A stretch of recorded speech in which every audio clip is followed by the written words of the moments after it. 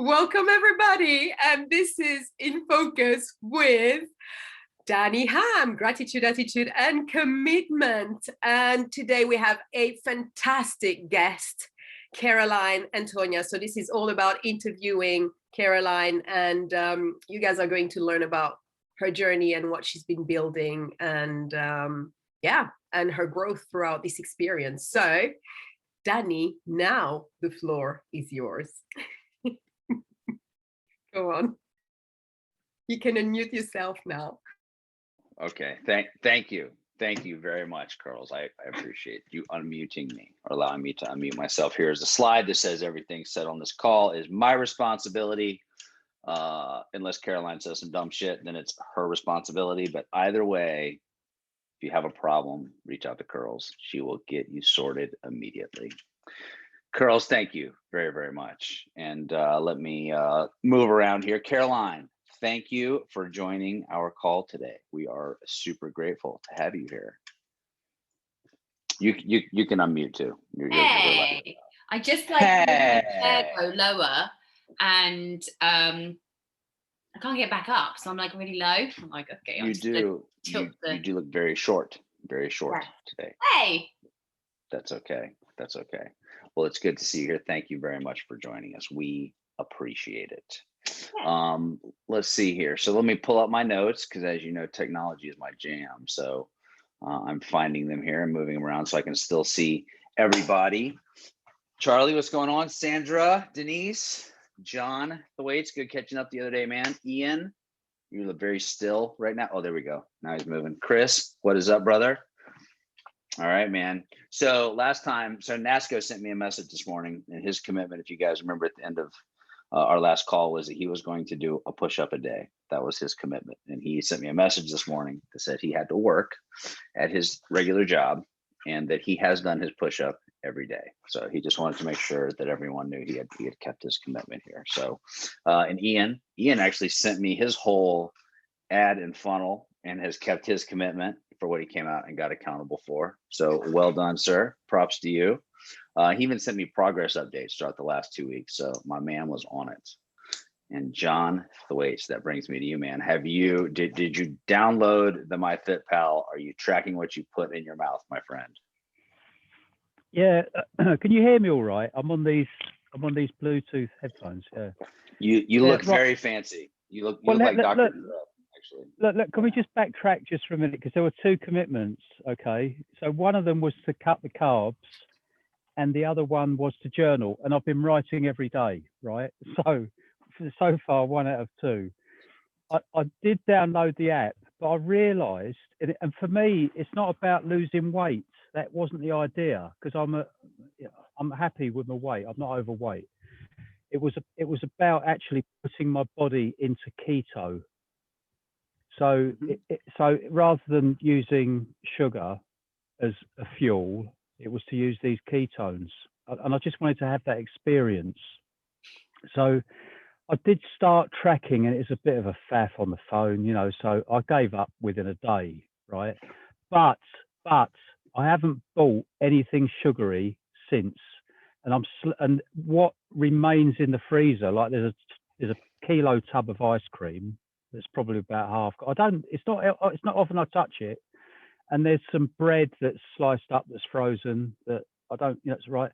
So what I have done is I've made a commitment to myself to not buy any more carbohydrates. And when everything is gone from the freezer, I'm gonna do that keto thing.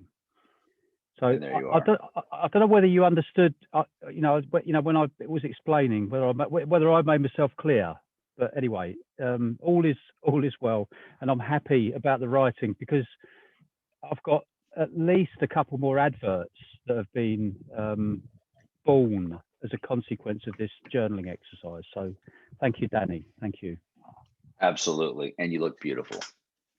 Well done, my friend, and I'm very impressed. Thank you for coming out here. Maria, good to see you. Anna, welcome. Hilton, good to see you, bro. All right, my commitments, by the way. So I made 3. I said I would have my broadcast campaign done with at least 30 emails. That is completed. Charlie, thank you for your help with that, my friend. I said that I will have 5 new emails in my members campaign. I did that. Caroline, thank you for your help with that. And the only one that I had to do 100% myself, I completely shit the bed. So is I will have all 3 of my yoga products listed on sale for Amazon, which I do have, but I don't have the A+ content. So I'm 2 for 3. Cordelia, good to see you. Thank you for joining. Look at you, you rebellious business person, you. All right, so now to the guest of honor, Caroline Antonia. Thank you for joining us here on our call. So what we do, we interview some people, which Cordelia is actually coming up in the month of June, so she's probably just warming up. Is some questions we ask everybody. Some people get the same questions, right? Because there's just certain things that inquiring minds want to know. There are some things that are specific to each person, and there's a lot of stuff that I just completely make up that are totally random and irrelevant, but I just want to know the answer. All righty. So for your first question here, just tell us how you got here. How did you get into this online space where we have been fortunate enough to meet you, for the people who don't know you? God. Okay. So I literally wrote a piece on this the other day, actually, because I forgot that, like, I kind of went back to my roots, actually, because obviously I've been here since 2017. And the incentive was that I got accepted to do my master's at NYU, and I got offered a scholarship as well. But I could not work in New York City because it was not legal. I'm obviously British. And if you have a student visa, you're allowed to work 20 hours a week on campus. And I was like, when I worked out how much it would cost to actually just pay for rent, it was something like $20,000 a year, maybe more, maybe less, something around that. And I was like, 20 hours a week, like $6 an hour at the time, or maybe like, I don't know, $10 an hour or whatever. I was like, it's just not going to pay for it. And that, plus it's going to be going on all of my, on my work. Like, I'm not going to be able to study as much. It's just not going to be what I want. And so I was specifically interested in finding a way to earn an income where I could not be tied to a specific location. So I could essentially, I could work wherever I wanted to be. And I wanted to earn money in a way that was more efficient, so that I wouldn't be working all the time whilst I was studying, because that was like really important to me. And then, funnily enough, actually, Dan Holloway and at the time it was Christian Vermeulen popped up, and I had it on a split screen, actually. And I basically, the 2 ads came up at the same time, and I was like, I'm intrigued. I want to see what these are. And I followed them both through to the source, I suppose. And it came to like at the time, it was the $29 app cart. So I was like, because Christian had been the first one I saw, I was like, I'll give it to you. You got there first. And then I went on to upgrade and all the way up to what is now Marketing Mastery. And the first time I met Dan, he was in that stage of business where he was like, he was a bit broke when the very first time I met him. And I was like, I nearly clicked on you and I just upgraded all the way. And I would have been his first mastermind experience now. He was like, cool, great, good for you. I think it might have actually been Cordelia who was his first Marketing Mastery mastermind experience member. It was called DEA Black at the time. But yeah, so I always talk about that story as well. It's like, sorry, but it was probably good because we became really good friends, and it was just, yeah, it was fine. Got loads of help from him anyway. So I just, pretty much came in through the same source, same channel as everyone else, just about 4 years ago now. And instantly found that, so the ads that I wrote, I created my first ad.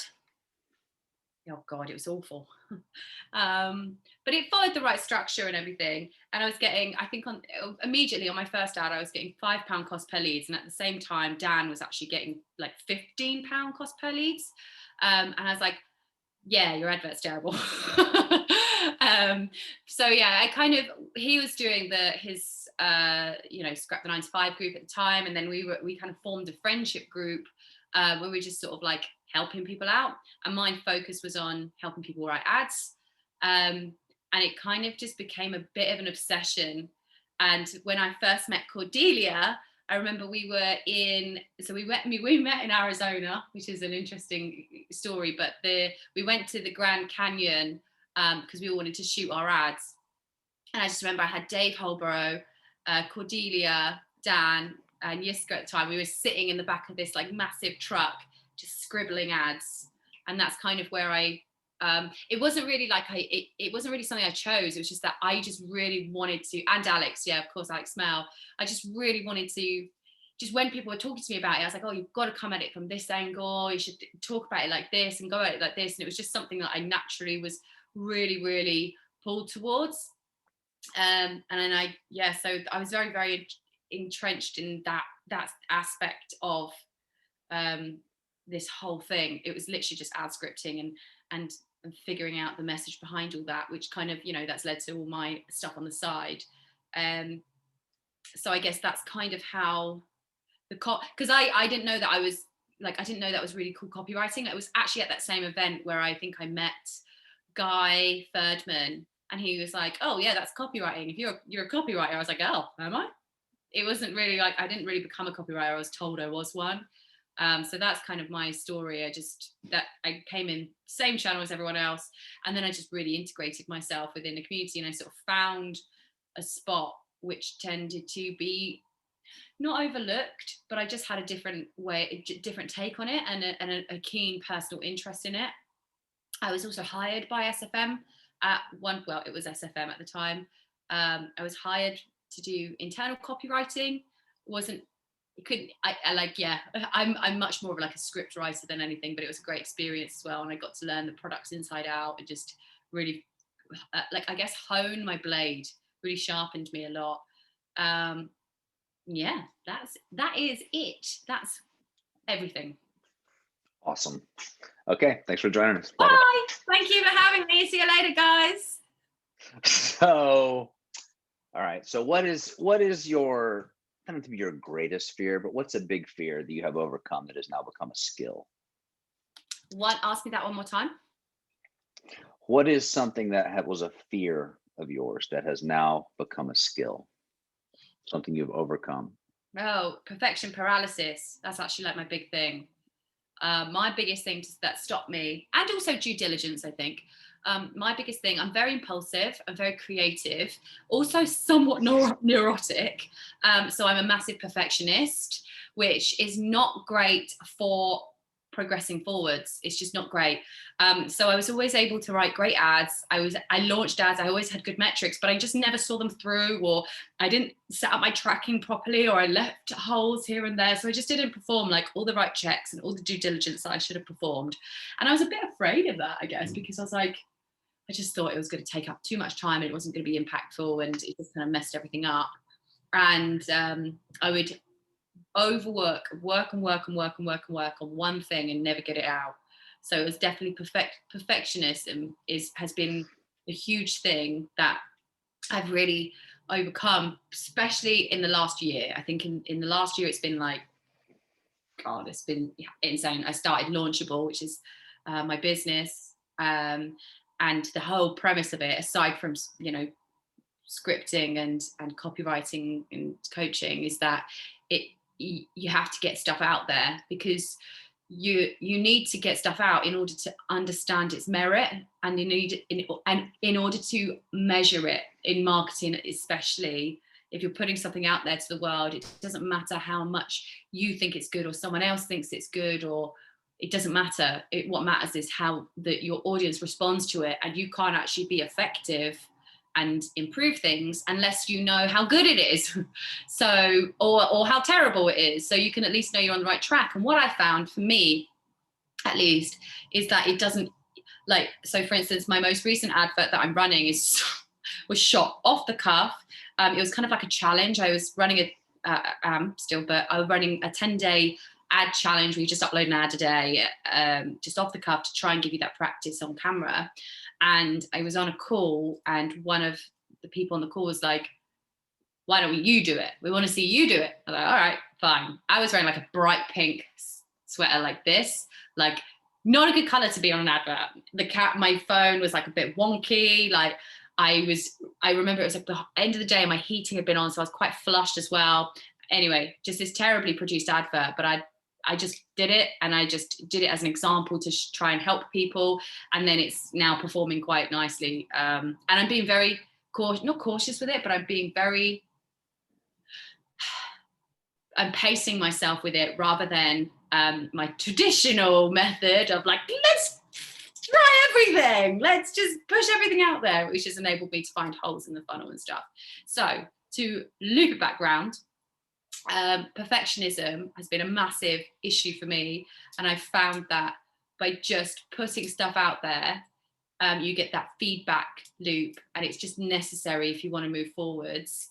And that's impacted my ads, and it's meant that it's interesting, I've put an ad out there which I think is god awful, but it's responding well, and so I could have perfected it and worked on it and honed it, and it could have just completely like sunk. But you know, I don't get to choose what people like, so I have to put that in their hands, basically. So perfectionism, overcoming my perfection paralysis, I call it. Being launchable. Well said. Thank you. Well said. Thank you. So, if you had been arrested with no explanation, what would your friends and family assume you had done?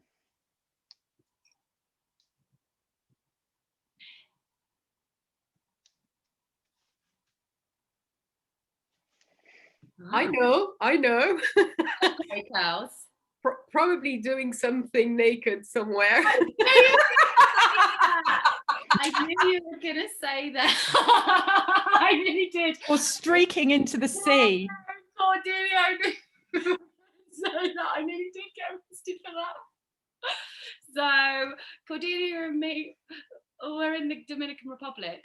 I really like if I'm in the tropics, I want to go skinny dipping. I feel like it has to be done. Anyway, so we all had a few drinks. My sister was there as well. And it was late, we were on the beach, and we're like, right, let's go skinny dipping. So I just stripped off and started running. But then we got rumbled. So a security guard started chasing me. And I was like, I'm not turning back now. I'm not wearing anything. So the sea was the safest bit. So I just ran in the sea, and he was like, come out. I was like, you go away. And so I was having this argument with this security guard in Dominican Republic on the retreat, the retreat we have. Probably shouldn't be sharing this information. On a different retreat with a completely different company that me and Cordelia were just at randomly. And the security guard was like shouting me to get out and to put clothes on, and I was like, go away and I will do it. So yeah, I nearly did get arrested, and it was a standoff, and I think I won. From my perspective, it was moonlit. It was very dark, but it was a moonlit sky. And as the security guard chased Caroline up the beach, all you could see was this white wobbly bottom running towards the sea. Yeah, I do that too. Me too. I skinny dip in my neighbor's pool, and I don't really know my neighbor, so I get arrested for that. But that's okay. That's okay. No judgment. No judgment. So, what is the first thing that comes to your mind when you think of gratitude? I think it's not something you can just have. Honestly, I've thought about this a lot, because I always struggled with this, practice gratitude and be grateful and stuff. And I'm like, nah, sometimes I try, but some things I'm just not grateful for. And I think it's one of those things where sometimes I'm just struck with it. I don't think it's something, for me at least, I don't think it's something I can necessarily control. I think it's something that I'm sometimes profoundly struck with, and it's beautiful. That's my sort of perception of it. And I'm okay with that.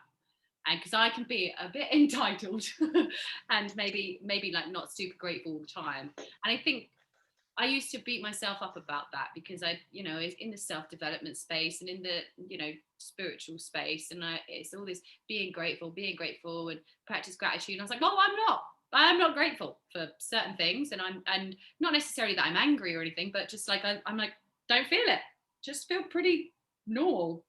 And so I used to feel upset about that because I felt like not being able to access gratitude was hindering my ability to manifest a better life.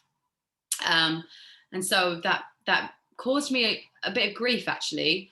And so when I let go of the fact that gratitude was something that I guess was elusive to me, and I think it opened up a little bit more gratitude, in that I just feel way more at peace with myself anyway. And it's just a bit of a natural feeling that I get more regularly, but it's not something I can really control. It's something that hits me in the face every now and then, and sometimes really potent and sometimes very subtle.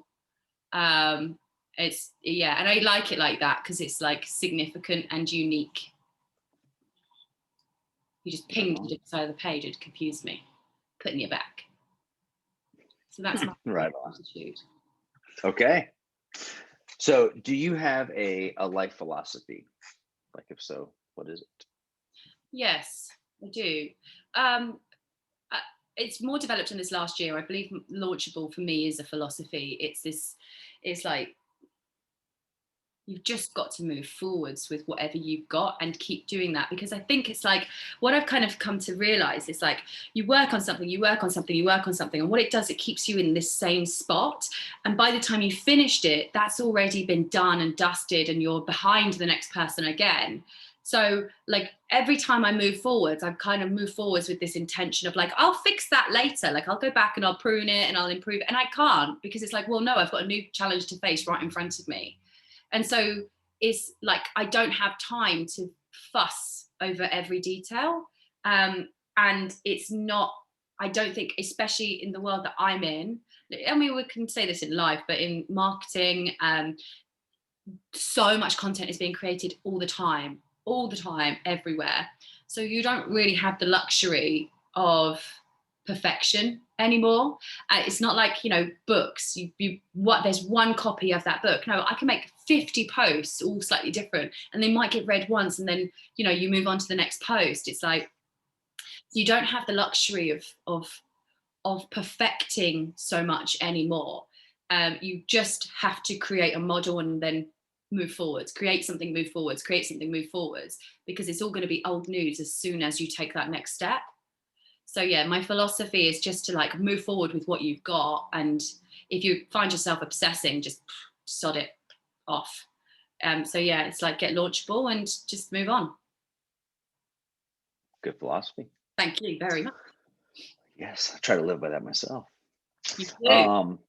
I try to master the art of non-perfection, so we don't have to worry about it anyway. I like to master the art of mediocrity. Mediocrity is my goal in life. Absolutely. Yeah. Well, what's very interesting, here's the thing, is that I think what we're missing is actual action.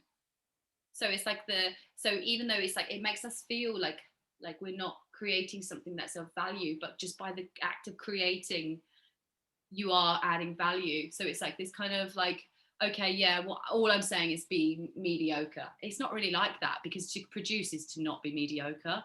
Not enough people produce. So in the action of production, you are becoming unique and valuable. It's just that you're not neurotic about what it is, and you're not pretending you know what people want. Right. Well, most people don't do shit. Just in life. Most people just don't do anything. So just the fact that you're actually doing something and moving forward, got it. I'm gonna do the least amount that I can possibly do and provide, and that's gonna be okay. And there you are. What is something that makes you feel accomplished? Oh, I recently made a this is super important to me, actually. There's some real significance. I made a spreadsheet which figured out all of my expenses throughout a 12-month period, And all I have to do each month is, because I found this very tough, planning my finances as an entrepreneur. And I've never had a consistent income. I've always been like earning, and I've always been entrepreneurial. And so, but like what happens is I'll get a big chunk of money and I'll be like, this could last me a month or this could last me a year. I have no idea what this means in relation to my life. Like I find it very confusing, very overwhelming. And so what I needed to know was like, what are all my outgoings over the next year? Because I've got, I potentially have, well, I definitely have outgoings that will go out every single month for a year. And so like, let's say, I don't know, for sake of easy numbers, it's like 10,000, I've got $10,000. And I know that the next 10 months, I've got $1,000 going out of my account. Well, I'm like, okay, well, I've got a 10-month runway. That's cool. Now if I give myself a 6-month runway, then I've also got spending money on top of that. I just needed to figure out everything that goes out and when does my money run out at the same time. So that means I can plan and start figuring stuff out. And so I put together a spreadsheet where just like each month I will say, what the business earned and maybe what I've paid myself from X, Y, Z things. And it made me firstly realize like, I'm in a way better position than I thought I was. And also I'm just in such a better position to plan. So that has made me feel like super accomplished. And I think the most important, the real thing that made me feel accomplished was that I shared this in the tribe. I was scammed. I had someone pretending to be my bank phone me. And they got me to transfer, £4,000 out of my personal account, which was just, that was my balance. No, luckily I didn't tell them about my business account or anything like that, but that's beside the point. It's still money it's not money I want to lose, basically. And had that happened to me prior to me doing this spreadsheet, I would have been in a pit of anxious despair, because not necessarily the money itself, but just because I'm like, I don't know how long I've got left. Like is 1 month of expenses going to wipe me out, or can I go for a little bit longer? Now, do I have to get in more clients? Do I have to make more sales? Like, it creates a lot of confusion for me. But if you've seen me as well. Like I had I had a big electricity bill, which I wasn't expecting. And it just completely like scrambled my brain. I was just so anxious because I just didn't understand how it related to my life. And so because I'd created this spreadsheet, I understood what impact it had on me. And I was like, okay, I can manage just fine. And that's when, interestingly enough, I experienced this pang of gratitude, because I was like, I have come so far that this thing happening to me. Firstly, I didn't judge myself for falling for someone's lies. I didn't feel like an idiot. I didn't and maybe 6 months ago, I'd have been like, you're such an idiot, Caroline. I've been so nasty to myself. Also that I didn't feel anxious. Like I felt a lot of emotions. I felt it was quite, it was quite jarring experience. It wasn't a nice experience to feel, but I didn't feel any of those catastrophic emotions, like despair, anxiety, guilt, dread, resentment. I didn't feel any of that. I just felt like disappointed, concerned, a bit frustrated. I felt like those probably healthy negative emotions. So then I felt gratitude that was my experience. So that was one of those moments of pang of gratitude where I was like, wow, like I've really come a long way. So I felt super accomplished that I'd overcome that worry about planning with finances. I'd made it better. I'd figured it all out, and that I'd come so far that it wasn't life-shattering for me to go through that. It wasn't a nice thing to go through, but it wasn't what it could have been had I not done all of the other work. So it made me feel very accomplished to figure out my finances, basically. That was something I really encourage everyone to do as well. Like, marketing's good and all, advertising's good and all, but you need to know what your outgoings are and your expenses and stuff. That's significant and important. And maybe I'll share a copy of my sheet, because I think it's super useful and quite simple. Right on. I was going to ask you about the being scammed thing and what you learned from it, but you just answered all that. So well I'm done. now a mind reader too. Good. Can you see my screen? Actually, is that what it is? You can see my notes. That's cool. Oh, okay. So what is something, I was joking. Yeah. What is something that excites you? Oh God, 17th of May. It if anyone's in England, you will know why. We get to eat inside a restaurant again. So excited. Oh my God. It's going to be the best day ever. I'm very excited for y'all. Yeah, so I'm opening up my diary now. Who wants to be my first indoor restaurant date for 2021? Oh, okay, right, snapped up. Sorry, everyone, Cork's just got it. So yeah, so 17th of May. Oh my God, it's actually making me like really, really excited. I love going to restaurants so much. Love it. So yeah, 17th of May, and then the 21st, Right. clubs open, and we go, wow, first time in a I year. see. Yeah, okay. You didn't look very excited about that, but we're gonna let you slide on it. Okay. So that's okay. All right. Oh, my 17th of May, I can show more enthusiasm. I remember when we were allowed to go back to restaurants last year. It was good. Loud and then unallowed. You can't empathise. You don't know the pain. It's not the way we know it. I do not. Okay, so you are a fan of Jordan Peterson. Yeah. So who is he? And what is it about him that you resonate with his work? Oh, it's really interesting, actually. Prior to Jordan Peterson, I really, really loved Russell Brand. I think I have this thing where I'll sort of like pick someone for some particular reason, and then that's that. I'm just so obsessed with everything they say and every reason. And I've noticed the pattern between Jordan Peterson and Russell Brand. It's like they're orators and they're well articulated. And I think I see something of myself in them. They communicate in the similar sort of style that I communicate with. And so Jordan Peterson sort of inspired me to start my lectures because he said something really poignant to me, but not to me, but he said something, firstly, we underestimate people. Like millions of people have watched his psychology lectures, which are for undergrads. And he's got millions of views on that. And that shows like people want to learn and be academic. It means like there's a market for intelligent discussion, which I think we all underestimate. Like the rules of copywriting, it's like explain it so a fifth grader will understand. It's like, yeah, okay, fine, that gets the point across. But there's also there is a market for intelligent and explorative communication. So I think that's the thing that made me connect to both Russell Brand and Jordan Peterson. I think what I really liked about Jordan Peterson, however, was the interview that struck me was he had an interview with Kathy Newman. She's a Channel 4 interviewer. And I didn't really even understand the message he was saying, but it kind of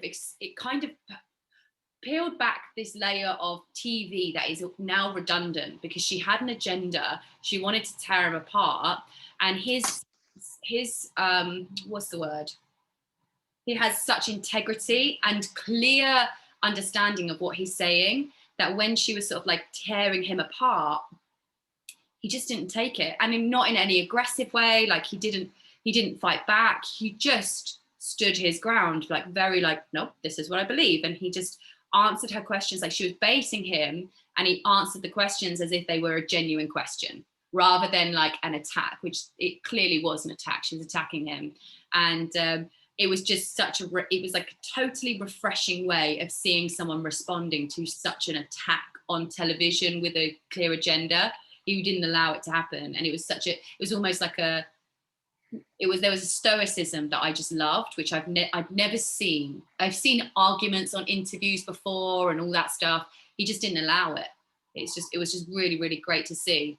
So I really liked how he refused to let his words be compromised and twisted and used against him. He was very, very specific about what he was saying. I really, really resonated with that. And I also like his style of communication, which is quite similar to the way that I communicate. And he's got some political stuff as well, which I do agree with in terms of free speech being compromised. But that is a bit political, so I don't really want to necessarily go down that road because I don't want to drive any wedges or anything. But yeah, I like some of that as well. That's good. We're allergic to politics anyway on our call. So, and the news actually. So, what is the most ridiculous fact that you know?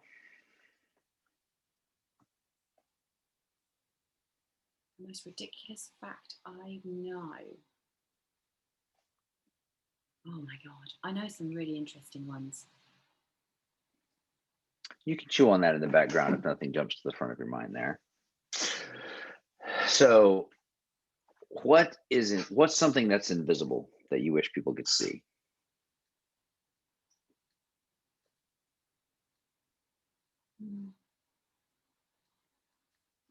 Ultraviolet. And why would that be? Why would it be good to see ultraviolet? Well, not necessarily ultraviolet, but everything. I remember sitting in the car with my sister once and I had a bit of a meltdown. And she's like, what are you upset about? I was like, because I can see nothing. She's like, what? It's like the spectrum of light that is available to my vision is really, really small. It's like 1%. And I'm like, there's so much around me I can't see. And isn't that so bad? So yeah, I mean, along with ultraviolet, there's like infrared and all the stuff, you know, there's just loads of cool sciencey stuff around us, like just floating about. And I reckon that'd be really cool if we could sort of like switch on and see like patterns of the universe, which are limited to us. You are weird. That's why we get along. So what are a few of your top values? Well, we play. Okay, so we play around, and I always say adoration is my biggest value. But I think that's kind of come to he's helped me realize the amount that I feed off of adoration. I think not admiration. Adoration is probably not good for my soul. I think it's a character defect, and it's a bit narcissistic. So I think from understanding that is enabled humility. So I think maybe I can go to the opposite. Like humility might be my biggest value if I actually allow it in. But it's in competition with adoration, which is the devil on my shoulder. So yeah, I guess humility. That's interesting. Yeah. Right on. What brings you the most peace and serenity? My beauty blenders, sponges. This is my new thing to stop me ripping apart my nails. So I'm a fidgeter. I just fidget and I try not to, but it happens. I swing on my chair and I like pick at my nails, and my poor little thumbs are like not the rest of my fingernails, like they do look right. Like these guys, these get the brunt of my sort of like fidgeting. They're not in a good state. They're not in the worst state they've been. Jesus, I've seen them in pretty bad places. So this is my salvation. This brings me serenity. It's so good. Look at it. Wow. Like tell me that doesn't make you like want to just go into a trance. It's amazing. Yeah, see, it's not me, Charlie. Sure. We'll go. Depending on what day it is, I might have like 5 going at once. Yeah, I'm mesmerized. Actually, I'm in a total trance, and I have completely lost my train of thought. So it totally is. It's very interesting. It is. That's very interesting. I actually have, instead of that, I have a it's just a little putty here. It's like a toilet, and it's this putty, and you squeeze it, and it sounds like you're farting. That's actually what I have. So same thing. I'm glad that brings but mine's more fun. I do have my desk thing as well, which you got me, which for some reason has now vanished, even though I'm on my desk. So Danny has a little mini toilet thing that makes a fart sound, and then he calls Caroline weird. I say that's why we get along. It's not necessarily the toilet thing that's weird, it's the fact that it brings him serenity. Makes me laugh. Things that make me laugh. I like to laugh, right? I get to walk around being me all the time, which is hilarious in itself, but it's quite juvenile, So anything that makes me laugh brings me some serenity. Bibba feels my pain. She lives with Adam, and Adam is almost as funny as I am as well, which is quite hilarious. All right. So what is the weirdest thing a guest has done at your house?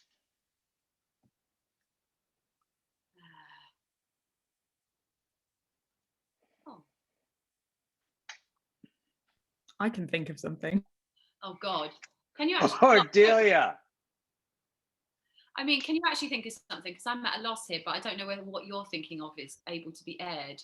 One of our friends, naming zero names whatsoever, vomited all over your bedroom once. Yes, actually that is true. One of my friends projectile vomited all over my bedroom, Nice. everywhere.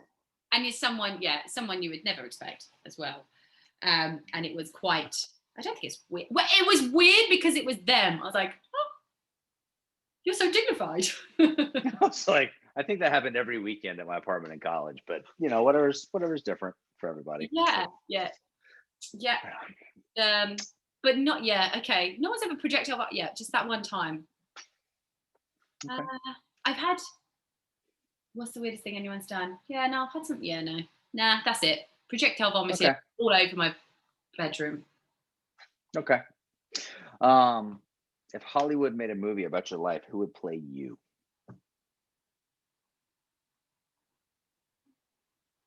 Don't know. That's my favorite actor. Simon Pegg. I don't know who that is. I assume he's British. I don't know. Yeah, that's just like a funny thing. That's Dan Holloway. Maybe that's a really good one. I don't know who would play me. I have no idea. I have literally no idea. I couldn't answer that. Corks, who do you think?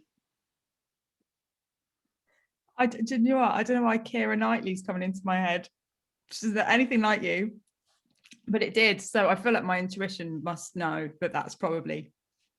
You are all knowing, Cordelia. So if that's what popped into your head, then that's probably the answer. That's probably a fact. That'll probably happen actually one day. All right. Yeah. What is something that would surprise people to know about you? God, I wish I'd had these questions in advance. I might have been able to like prepare something. That kind of takes the fun out of it from mine. Yeah, all right, okay.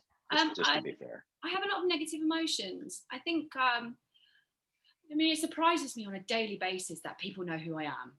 Like, I can't really wrap my head around it, that people, because I remember looking up at Stu and thinking, wow, this person exists, and now I'm like, oh, right, Stu. Like, you know, it's I don't necessarily look to people in that same sort of way anymore, but it kind of freaks me out that, not necessarily to the same extent, but there are some people that are like quite like, you know, in admiration of me, and I'm like, firstly, that's insane that happens. It's like I'm always astounded when people I've never met introduce themselves to me at events and say something nice about some impact I've had on their life or something they've learned from me, and I'm like, who are you? Like, this is insane. Like, it really like kind of astounds me. And also I think that when, you know, I'm not exactly like a huge name or anything, but when we have this sort of like, we think of someone influential, we expect that they've done something or they are better than us in some way, and that they don't experience problems. But I am like, I can be like a whole bag of crazy sometimes. Like, I get quite like, neurotic. I can be stressed. You know, I've got my mesmerizing stress balls, right? So I think it's something that people might be surprised is that I am a real flawed human being who has no idea what the hell is going on most of the time, and it's just kind of scrambling through life just like everyone else. Like, there is nothing that I know that makes me any better than anyone else, and by some divine intervention I've managed to sort of scrape together some good business that tends to help people, and it just astounds me every single day. I'm like, how did this happen? I don't know how it happened. It's quite interesting for me and absolutely astounds me. So people might actually assume that it was deliberate, but for me I just don't get it. It's just insane. Right on, man. If you could have one superpower, what would it be? I stole this question from Hilton Forrester, and I just think this is a great question. I don't think I would have one. I think I had this talk with Dan the other day, actually. It was like, he said to me, like, winning the lottery would be like one of the worst things to ever happen to him. And I have that same thing. I'm like, I already feel like, just because of my circumstances, like where I grew up and, you know, just so many things, I've already been granted, like, I feel like I've won a lot of advantages already, and that makes me feel a bit shitty. Like, I would rather know that I really just, you know, like, I want to know that it's because of the work that I've put in. So I don't really want a superpower. I'd quite like to just be as normal as everyone else. And if I achieve something, then that means that, you know, I've done something that's significant. So no, I will have the superpower of rejecting superpowers. You shall decline your superpower. That's a good answer. And let me, if I could give you some feedback. Sure. So earlier when we were talking about gratitude, right? And sometimes it's hard to find, you say, sometimes it's hard for you to find gratitude in things that you believe that you should have some gratitude for. So anytime you might feel lacking in that area, instead of beating yourself up for not feeling gratitude, be grateful for all of those things that you just listed, right? Yeah. Because, you know, gratitude is an action word, in my humble opinion. Gratitude is not something we feel, it's something that we show, something that we do, you know? And so if you have these, I don't know if you call them advantages, these blessings, right? Whatever you call them that you have, having gratitude for that is serving other people, which you do, right? I think So, I think that is something I do actually have gratitude for, and actually that is something I think I do appreciate Jordan Peterson for as well as you as well. You've been a huge influence in my life in terms of gratitude, but yeah, kind of acknowledging that I have some advantages, and that's really significantly helped my life, and I'm so grateful for that. But I don't need any more. I think that is gratitude, isn't it? I'm like, I've got everything. I don't need more. there you go. Love it. Well said. But I'm still crazy. Like, you know, I could probably do with some. So let's, you know, there are some things that are just like known. They're just a given. You know what I mean? Like tomorrow the sun's going to come up. We don't really have to say it. Like it's just kind of assumed. So we're just going to go with that on the, you know, Crazy person here. Yeah. We're gonna roll. We're gonna roll with that. How do you feel about people putting pineapple on pizza? Good. Yeah, not me. Can I say something? You can say anything you want. Yay! Okay. I diametrically, I don't, it was not English. Okay, 360-degree disagree with you that gratitude is not a feeling. Because if you don't feel gratitude, you're just intellectualizing something. Oh, thank you, I have this and I have that. Gratitude is a feeling, and it's the highest feeling you can have. And it's right here, and it is like big. No. It's not an intellectual. It's not a thought, because then it stays in thought. Bye. Feeling gratitude and not expressing it is like wrapping a present and not giving it, right? I feel you. I don't understand. What did you say? Feeling gratitude and not showing it, not expressing it, right, is like wrapping a present and not giving it. I don't think you need to express gratitude. I said, to whom are you going to express gratitude? Gratitude is just there, you know? I'm not sure. I think that's what I'm saying. We disagree 360 degrees. That's cool. I love it. I disagree with most people most of the time. I love that we disagree, and I love that we have a place where we can talk about our disagreements. A lot here. You know? Well, hey, look, I would rather have a conversation with somebody I disagree about gratitude than people that argue about politics any day. You know what I'm saying? So this is a cool place to talk about cool shit. So thank you for sharing that. I appreciate it. Thank you. All right. So Caroline, what are you most thankful for? Oh, what about the pineapple on the pizza? I want to know. I was just curious about that. Like, see, I'm just not into that. And pizza's my jam, and some people love that shit. So I just thought it's in the same category as grapes and cheese. It's good. Have you had cheese and grapes, Danny?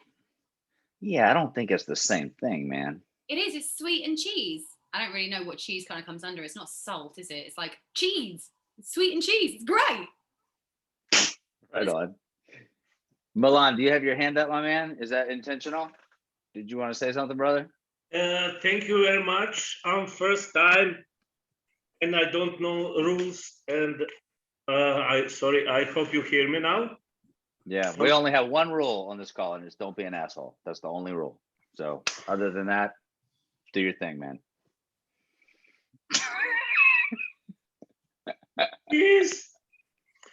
Thank you very much. First question goes to Curls. Why you didn't warn me? How I will sleep now? I supposed to be funny guy, asking funny questions, gives funny answers, be 24/7 clown. Now I see that I have twin brothers, twin sisters. How I will sleep now? Welcome to the Cool Kids Club. Yeah, that's where all the cool kids hang out, man. Glad you're here. That's It's what okay to get back to the party. This is the best part of my $5,000 in investment in SFM. Man, We're glad you're here, Caroline, brother. please, next life you must incarnate as a bee. As a bee. Then you will see ultraviolet and beekeeper among other professions. You will see ultra red, and you will be very, very, I'll be very happy. yeah, as a bee. Yeah, okay, cool. And one of my facts I've realized recently, bees do not defy physics. I thought they weren't able to, their flight was went in the face of physics, but it's not true. Bumblebee, according rules of sorry, my English is a little rusty. I'm currently in Germany, and Bumblebee, according the laws of aerodynamics, not supposed to be able to fly. Yeah, They fly. Yeah, I thought this as well, but I did Google it. I Googled something the other day about bees flying, and it was like, no, that's a myth. But I'm taking it from the beekeeper, that is true. So I retract my interesting fact, and I go back to the fact. It's a funny, interesting fact that bees are. Please promise next time in next life you will be not bumblebee bee. I'll be a normal bee. Okay, cool. And regarding that apple pizza, depends what sort of apple is on pizza. We have different kind of apples. Yes. In Germany they've got banana on pizza. Banana sort of calzone. No, I'm with Ian. I'm with Ian on that. No, I must try it. Right, guys, let's carry on with the call. Okay, all right, back we're on the call. diverting here. Thanks for coming out, brother. We're glad that you're here. All right, I'm I got a back to bunch. bee. I have a bunch more questions for you. I don't know if we're gonna get to all of them, but so I'm just gonna ask you some, and I need you to be like Jeopardy speed round. Okay. Okay. All right. What are you most thankful for? My circumstances. Awesome. Where is the most inappropriate or embarrassing place you've ever farted? Library at university. Girl peered around the corner and I went. Nice. Where is your favorite place to go in the world? At the moment, probably Key West. Oh, actually, you know what? Costa. Every day I walk to Costa. I spend 90 quid on bloody coffee a month because it makes me walk loads and I love it. It's my favorite thing. You meant Costa Rica. Okay, right on. No, Costa coffee. So what are the first couple things that were the first couple things that pop into your head when I say great movie? Bloody hell, what's it called? Grand Budapest Hotel. Just think it's fantastic. That's it. Yeah, Wes Anderson. Love him. Okay. What is one of the things that bothers you most about the world today? There is just, I do think there is like an unequal distribution of there's just so much inequality, like it to a cosmically unfair scale. It really bothers me. Like there's not a huge amount I feel empowered to do to sort of restore the balance. But there is I feel like there's a real imbalance in resources, abilities, just stuff that, yeah, we don't necessarily have too much control over. So that's the thing that really bothers me. All right. What's one of the things that makes you the happiest or the proudest to be a human today? Happy on the to planet? be a human today. The opposite of your last answer. Striving to be better and genuine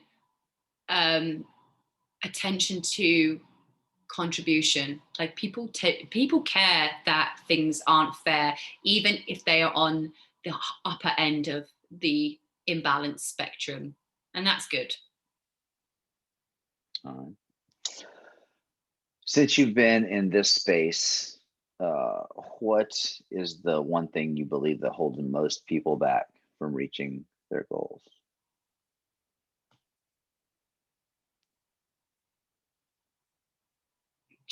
So many things. It's not one thing I could say. Relevance, determination, belief, luck in some cases.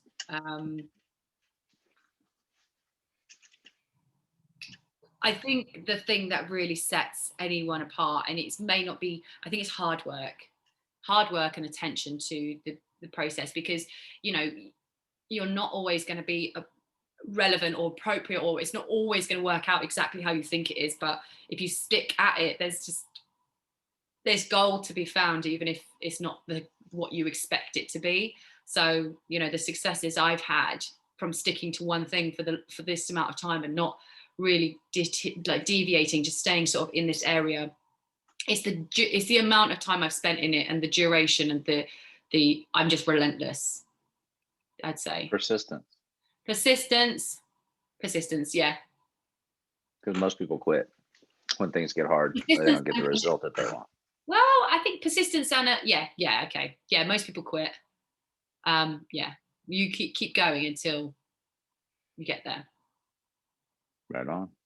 And then understanding there is no there. There is no there. Keep going. Oh. That's right. That's right. Just keep on going. All right. So this is the last question. This is deep. Of all the people who live in Florida who are named Danny, who have interviewed you, who is the best one? It's a tough one.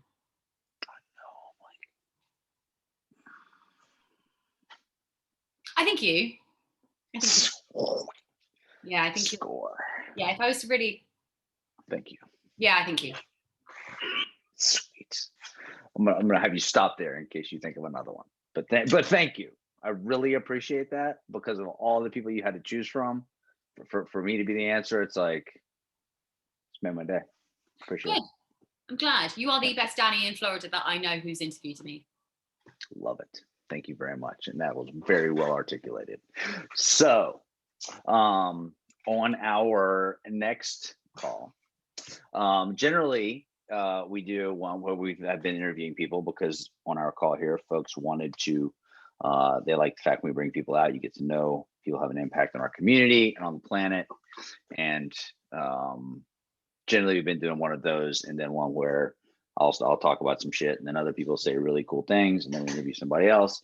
But now at this time, we actually have 3 people interviewed in a row, because we have the amazing Caroline was today, and Cordelia is going to be in 2 calls from now. And I've been harassing Jay Kubasek to come on here and let me interview him. And the only time that he could come that was not one of the times that these amazing women were going to be here was in the middle. So we're going to have 3 in a row. So on our next call, Jay Kubasek is going to be on here. I will ask him some terrible questions. He will probably give us some better answers. And if you have questions in the meantime, send them to me for Jay. Send them over. I'll add them to the list. On our call here, if it's your first time, we always do an action item. Well, we always do more than one. There's one that is always the same, because we come in here and we talk, and it's amazing, and it's an hour, and it's about what do you actually do to have an impact after the call. So the first one that is the same every time is to reach out to someone and tell them that you appreciate them, or that you're grateful for them. Not in a text message, but call them, send them a voice note, something to just say, hey, I'm grateful for you. I appreciate you, because I promise you it will make their day better. No one ever gets mad for being told that they are appreciated. And then the other action item is to reach out and ask at least 3 people who know you what your best quality is. If you're feeling really daring, you can also ask them what's something you might need to work on. But if you just want to feel good, reach out to people and just ask them what's your best quality. Just do that. It's positive. Lastly, we have our book of the week every other week. Curls bought me this book. It had been brought up. Jill Humphreys mentioned it. It was the bomb, Untethered Soul by Michael Singer. This was unbelievable. I'm going to read it at least 10 more times. It was really, really good. I appreciate it. Curls, thank you. Untethered Soul by Michael Singer. It was amazing. So that is your book of the week, although this call is every other week. Can I give one book recommendation as well? Oh my God, you're so needy. Yes. Okay, so like, and I say this a lot as well to people, like, I don't typically read copywriting books, and like, I feel like that served me just fine, but I like to read like really good books. And this book is absolutely amazing so far. It's East of Eden, John Steinbeck. It won a Nobel Prize. It's beautiful. It's absolutely beautiful. It's got little words and it's got a lot of pages. So it's not like necessarily, but it's easy to read, but it's beautiful so far. And I'm only this far through it. Really recommend it. I'm already just like hooked. And I think I've told Danny, like, I find it really hard to read books. I always listen. They didn't have this in an audio book, but I was like, I was so determined to get it. I was like, fine, I'll just read it then. And I do not regret my decision. It's lovely. There we go. Can you both hold your books against the camera so we can see the title and the authors? Caroline, stop fidgeting. That's good. Untethered Soul by Michael Singer. This guy wrote Of Mice and Men. It's John Steinbeck. Yes, we know who that is. Yeah. Good. So, Caroline, thank you for joining us today. Thank you for taking the time out of your busy schedule of helping other people. I'm super, super grateful for you and to have you in my life. You have helped me understand the way to communicate in my business and in life better than I could have ever dreamed. I'm super grateful for you and I appreciate you. And thank you for coming out here and taking your time to hang out with us. I really appreciate it. And all of you guys, thanks for spending an hour of your day with the cool kids. We are super grateful to have you here and look forward to seeing you here in a couple of weeks. Curls, thank you for being amazing and for making all of this shit work, because it would not work without you, dear. You know I would not be able to do any of this. We would have nobody on the screen and I would just be talking to myself. I'm glad to help and to serve. And for those of you that were asking, if you want to send questions for Jason Kubasek, simply send them to Danny via Messenger in Facebook. Yeah, that's the best, Danny? That or email me, Danny@liveinggrateful.com, whatever. Danny, Or, big fan of carrier pigeon. I like smoke signals, any of that. Just send them my way. I will get them. Danny at Living Grateful. Let me type it for you. Is it 1G or 2G? It is 1G. It's just 1G because it's like double used. It's very catchy. Okay. So if I do say so myself, Okay, so I've just posted it in the chat. So grab it before I end the call in 10 seconds. Wow, but TikTok. No pressure. TikTok. No pressure. And Ian's even got the countdown, man. Love it. Thank you guys for joining us today. We had a great time. You're amazing. I appreciate it. Thanks, Caroline. Bye, everybody. And don't forget, visionary call tonight. Don't miss it. There's a lot of information coming your way. So I hope we'll see you there. Okay, double check the calendar to check in what time it is in your time zone. Danny, I love you and I'm grateful for you. Caroline, love you, girl. You're the best. Bye, guys. Bye, guys. Thank you.